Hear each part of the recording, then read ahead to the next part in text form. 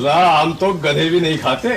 जी, गधे हैं जो आम नहीं खाते। गालिब ने क्या खूब कहा है, आम हो और बहुत हो तो क्या ही बात है।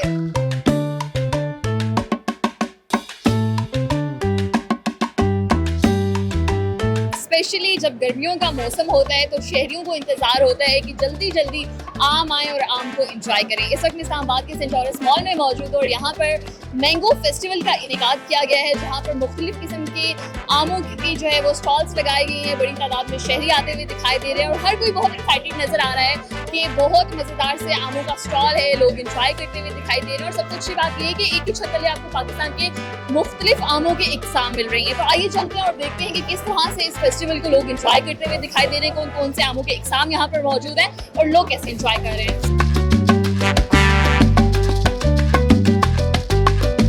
देखें, आम सिर्फ ज़रूरी जो है वो एक इजलास नहीं है बल्कि पाकिस्तान की पहचान बन चुका है। आप देख रहे हैं कि न सिर्फ नेशनल लेवल पे बल्कि इंटरनेशनल लेवल पे भी आम जो है वो अलग से धूम मचा रहे हैं। जैसे दुबई में फेस्टिवल हुआ, वहाँ पे भी पाकिस्तानी आम जो है वो धूम मचा गए। हम डाइट कॉन्शियस हैं लेकिन बैलेंस डाइट के साथ मैंगोज भरपूर तरीके से एंजॉय करते हैं, क्योंकि एक ऐसी वैरायटी पाकिस्तान की जो आपको कहीं नहीं मिलती और इस सीजन की आपको वैरायटी कहीं नहीं मिलने वाली। तो आई थिंक ये सीजन है, इसको हर बंदा एंजॉय करता है और मैं खास करके I always look forward to it कि मैंगो से पाएंगे तो इसको बिल्कुल एंजॉय करें। आज भी ये जो मैंगो फेस्टिवल है, जो 10वां मैंगो फेस्टिवल है और कई मैंगो फेस्टिवल्स में मैं भी शिरकत कर चुका हूँ, तो इसके अंदर भी पाकिस्तानियत नजर आती है। यानी पाकिस्तान को प्रमोट करना, या तो ये एग्जीबिशन जो लगी है इसका यहाँ से ये रेंट ले रहे हैं, आने वाले लोगों से, स्टॉल वालों से किराया ले रहे हैं, तो इसको आप कमर्शियल उस नज़र से देखिए। जहाँ ये प्रमोट कर रहे हैं कि आपकी एक ऐसी आइटम है, एक ऐसी आपकी एग्रीकल्चर की पैदावार है जिसको दुनिया में एक्सपोर्ट किया जाता है और बड़ी क्वालिटी है। आप देखें कि दुनिया में और भी मैंगो प्रोड्यूस करने वाली कंट्रीज होंगी, लेकिन जो हमारा मैंगो है, जब हम यूरोप में जाते हैं या किसी और जगह के ऊपर, तो जब हम अपने मैंगो के साथ दूसरे का कंपैरिजन करते हैं तो कोई कंपैरिजन नहीं बनता।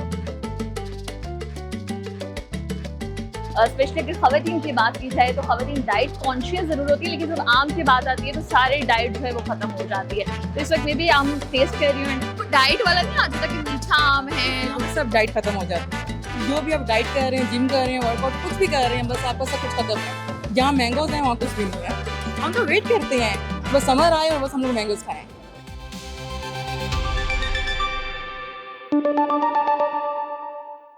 India's Afghanistan policy is once again facing accusations of double standards and hypocrisy.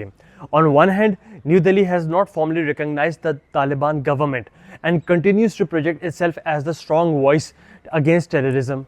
On the other, it is steadily expanding the official engagement with Taliban leaders. The latest example came as Afghanistan's acting agriculture minister Maulvi Ataullah Omari was welcomed in New Delhi by India's Ministry of External Affairs Joint Secretary Anand Prakash, where both sides discussed agriculture, irrigation and the trade.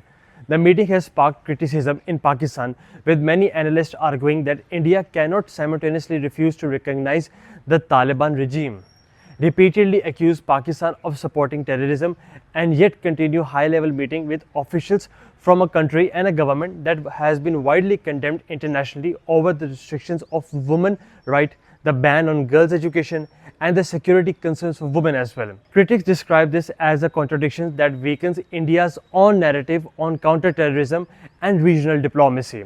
Pakistani commentators argue that if engagement with the Taliban is justified in the name of national interest, then New Delhi repeatedly attempts to single out Pakistan on terrorism and deserve equal scrutiny.